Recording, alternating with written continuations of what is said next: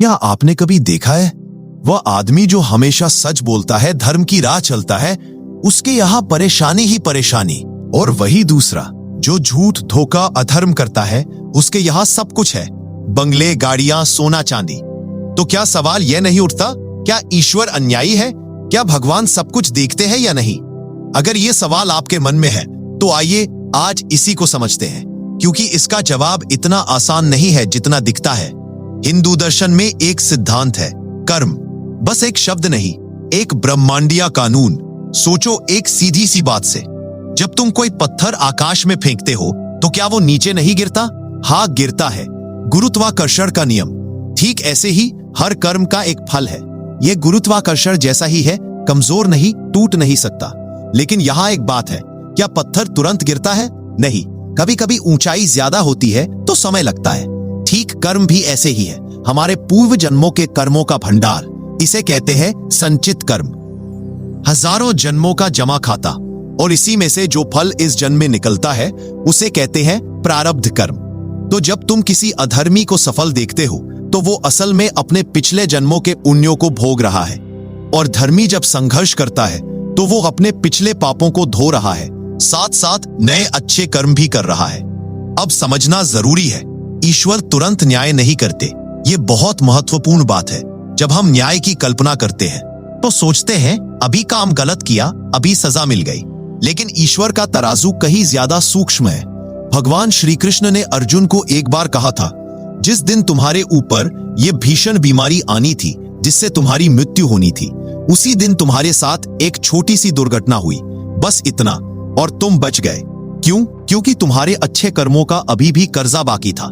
तुम्हारे पुण्य ने तुम्हें बचाया। मृत्यु एक सामान्य चोट बन गई।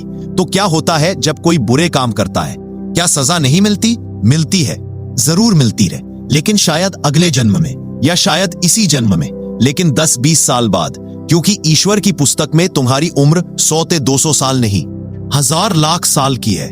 यह दीर्घकालिक न्याय है, सूक्ष्म, सटीक और कभी विफल नहीं होता। अब आइए इतिहास की सबसे बड़ी किताब से सीखते हैं, महाभारत। दुर्योधन, इसे सुनो। ये आदमी था ताकतवर, अमीर राजा, 100 बेटे थे, एक विशाल सेना, राज्य का खजाना, बाहर से सब कुछ था। लेकिन क्या किया उसने? पांडवों का अपमान, एक औरत का अपमान, द्रौपदी को भरी सभा में अपमानित किया, धोखे से जुआ खेलवाया और पांडवों को सब कुछ से वंचित कर दिया, और फिर अपनी ही कोख से पैदा किए गए अपने चचेरे भाइयों को मारने के लिए अप्रत्यक्ष रूप से युद्ध करवाया। तो क्या हुआ? दुर्योधन को क्या सजा मिली? उसका अंत महाभारत के युद्ध में जब वो हार रहा था तो भीम ने उसकी जांघ तोड़ दी। वो जमीन पर लेट गया और मरने से पहले हर किसी को गालियां दे रहा था। क्रोध में, मृत्यु से पहले भी शांति नहीं, सुख नहीं, सिर्फ क्रोध, अपमान और निराशा। अब सुनो पांडवों की कहानी। धर्मराज युधिष्ठिर, सच्चा, ईमानदार, धर्म पर अटल, लेकिन क्या था उसके पास? कुछ नहीं। जुए में सब कुछ हार गया। फिर 12 साल का वनवास, भटकते भटकते, जहां जाते वहां मार खाते। लेकिन ये बात ध्यान दो, कभी हार नहीं माना, कभी धर्म नहीं छोड़ा, संघर्ष चलता रहा। और फिर क्या? महाभारत के युद्ध में विजय, राजयोग, देश की बहाली, और सबसे महत्वपूर्ण, भीतर से शांति। हर दुख में भी, भक्ति में भी, विश्वास में भी शांत रहा। तो कौन सच में सफल रहा? दुर्योधन बाहर से या पांडव भीतर से? अब आते हैं एक अत्यंत सूक्ष्म बात पर। श्रीहित प्रेमानंद महाराज जी, जिन्होंने हजारों लोगों को समझाया है, सिखाया है। महाराज जी कहते हैं, देखो, जो आदमी अधर्म से रुपया कमाता है, विषय विलास करता है, लेकिन धर्म भीरू नहीं है, वो दुर्गति को जा रहा है। उसे पल पल का डर रहता है। क्यों? क्योंकि जो भी गलत करते हो उसका डर तो रहता ही है ना। पकड़े जाने का डर, दूसरों से मार खाने का डर, अपने ही अपराधों से डर।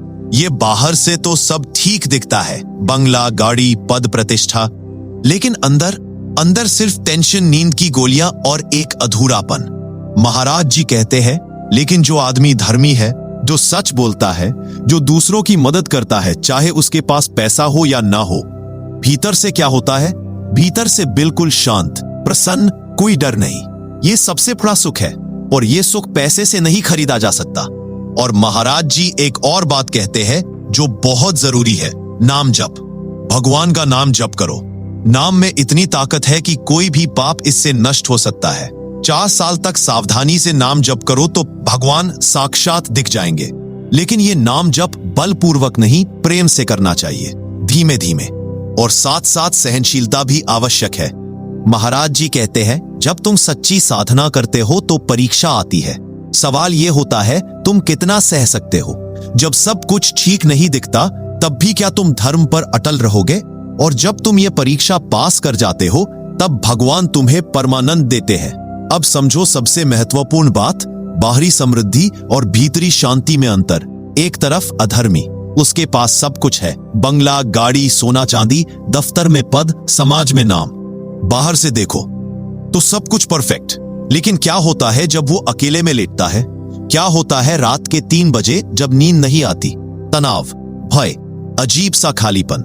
दूसरी तरफ धर्मी, शायद उसके पास बंगला नहीं, गाड़ी नहीं, शायद छोटी सी जगह में रहता है, सामान्य कपड़े पहनता है, लेकिन जब वो अकेले बैठता है तब क्या होता है? शांति, मन की शांति, दिल की शांति, कोई संदेह नहीं, कोई भय नहीं। तो असली सवाल यह है, कौन सच में अमीर?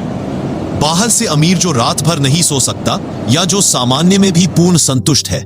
महाराज जी कहते हैं, भगवान के भक्त को देखो, शायद पैसा नहीं है, शायद परेशानी है, बीमारी है, लेकिन क्या रहता है? एक निरंतर प्रसन्नता, एक अखंड खुशी। क्यों? क्योंकि भक्त जानता है हर कष्ट एक शिक्षा है, हर परीक्षा एक आशीर्वाद है, इसीलिए भीतर से शांत, सदा संतुष्ट।